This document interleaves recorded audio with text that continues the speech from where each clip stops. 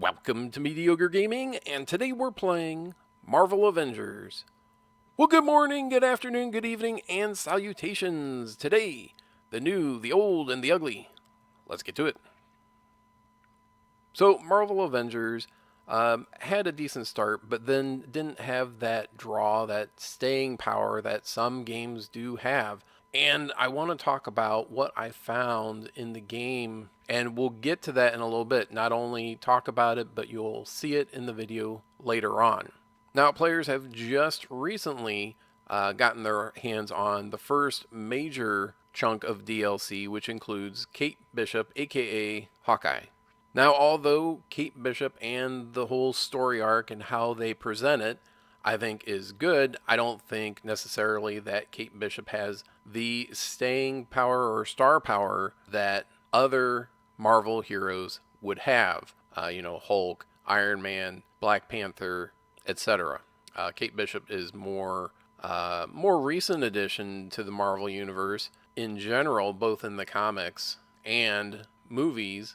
So people may not be as aware of who Kate Bishop is and what she's all about versus the ultra Marvel nerds that know everything about her already. Additionally, when the DLC came out, there was supposed to be more endgame content for players that have been playing and been dedicating a lot of time into creating a build or building up their roster of heroes up to that cap of 150. However, that content has yet to materialize, which includes the Omega level threats, which require a match-made team of all 150 characters. So, of course, the speed at which content comes out is more than a little disappointing, I would say, to most of the player base. Now, Crystal Dynamics, I think, had a good idea and had everything in line for what they thought would be a good rollout of DLC. However, 2020 was not predictable in most of the ways that we would think a year would go.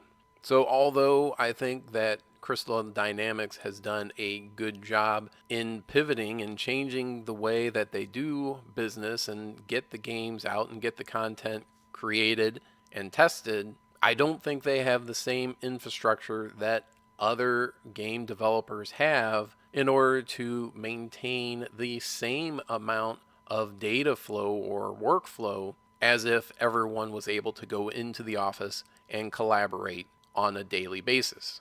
As a result, we have these issues where you have things that take a lot longer that used to take a couple hours, for an afternoon, say, of mocap, now takes 2 weeks and an afternoon so people can quarantine, isolate, and then come in and do an afternoon of mocapping. So that is one example of why things are going more slowly than what they used to. Now, that is everything that has happened and is currently happening, and we don't have a clear roadmap of where the game is going in the future. We have some ideas of what heroes are coming out, and we know approximately, and when I say approximately, I say within the next year what we can expect, but we don't know even within a couple of months when things are going to be rolling out. And even things that were promised to be rolled out at the same time may not be rolling out at the same time. Originally, Kate Bishop DLC was supposed to roll out at the same time as the Tachyon rifts, and then we're supposed to have the Omega level threats around the same time as that DLC. Well, the DLC for Kate Bishop got pushed back. Tachyon rifts came out without that story arc explaining what's going on, so it didn't make as much sense, although I think some players could certainly connect the dots as to what was happening between communications from Crystal Dynamics and the gameplay itself. Now, what about what I found in the game and the future of Marvel Avengers? Well, we know that there's going to be that Omega level threat, the endgame activities that are going to be rolling out at some point in the future. And of course, there's going to be a raid, which is going to require endgame builds. And these raids will have, specialized armor gear that you will only be able to get from those activities. So doing the Omega level threats and doing the raids will give you gear that you can only get through doing those activities, similar to how getting a guaranteed exotic from doing the Heroic Gauntlet, the Mega Hive, every week will give you guaranteed exotics. You say, well, that's great, but what about what you saw? Well, this kind of ties in with those endgame activities. What I found was a resource at the end of a mission, so it was a mission reward where I got a resource that is not associated yet with any of the current resources.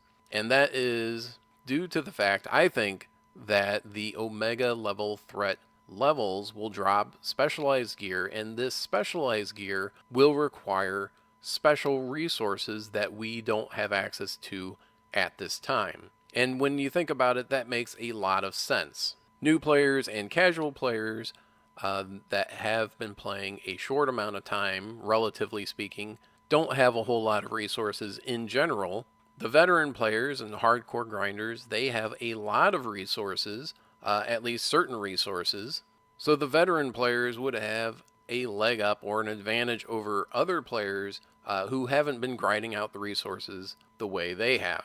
So this allows more or less a level playing field for all players when you want to upgrade this new gear that you will need to grind for it, just the same as if you were a new player.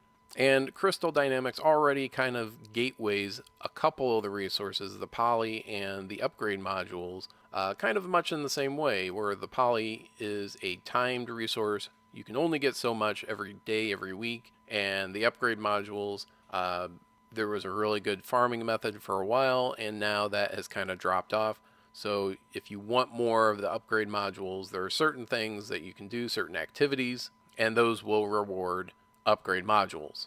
So much the same way that those are like that, the new resource will likely be a mission reward or a bounty where you can only get so many at a time or within a certain time period in order to upgrade that new gear.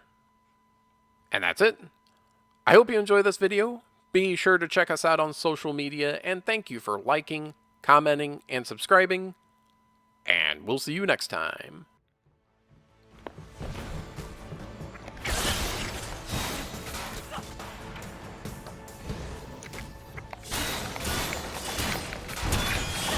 Jarvis is extracting the list now. Good.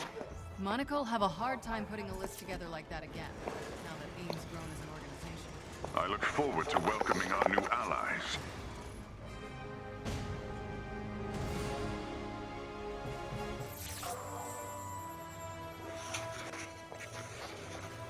Romanoff, I'll lean on you for priority ranking of these potential defectors. Looking forward to it. And thank you, Thor. I require no thanks, but you are welcome. I'll leave you to it. Hill out.